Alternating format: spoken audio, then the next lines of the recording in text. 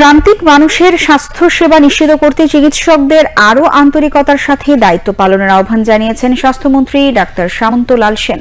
তিনি আজ রাজধানীর স্যার সলিমুল্লাহ মেডিকেল কলেজ ও মিটফোর্ড হাসপাতালের বিভিন্ন কার্যক্রম পরিদর্শন শেষে এক মতবিনিময় সভায় একথা জানান। শরীফুল ইসলামের রিপোর্ট। প্রান্তিক মানুষের স্বাস্থ্যসেবা নিশ্চিত করার পাশাপাশি স্বাস্থ্য খাতের নজরদারি বাড়াতে আজ সকালে রাজধানীর স্যার সলিমুল্লাহ মেডিকেল কলেজ পরিদর্শন করেন স্বাস্থ্যমন্ত্রী ডাক্তার সামন্ত লাল সেন।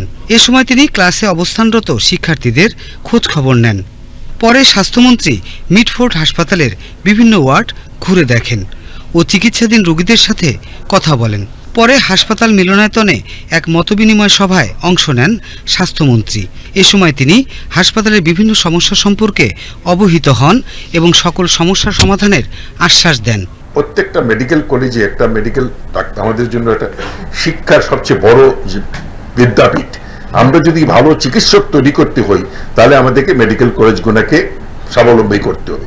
স্বাস্থ্যমন্ত্রী বলেন, বর্তমান সরকারের মূল লক্ষ্যই হচ্ছে সাধারণ মানুষের দোরগোড়ায় স্বাস্থ্যসেবা পৌঁছে দেয়া। আমি যত জায়গায় গেছি আমি সব জায়গায় খোঁজ করি এনসিডি কর্নার কোথায়, নন কমিউনিকেবল ডিজিজ।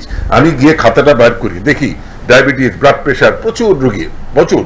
এই রোগগুলোকে যদি মানুষগুলোকে চিহ্নিত করে তাদেরকে ঔষধ দেওয়া যায় ডায়াবেটিসের, ব্লাড প্রেশারে, তাহলে তো বড় বড় রোগ হবে না। সরকারের সফল এ লক্ষ্য বাস্তবায়নে চিকিৎসকদের সার্বিক সহযোগিতা কামনা করেন স্বাস্থ্যমন্ত্রী। শরীফুল ইসলাম, বাংলাদেশ টেলিভিশন, ঢাকা।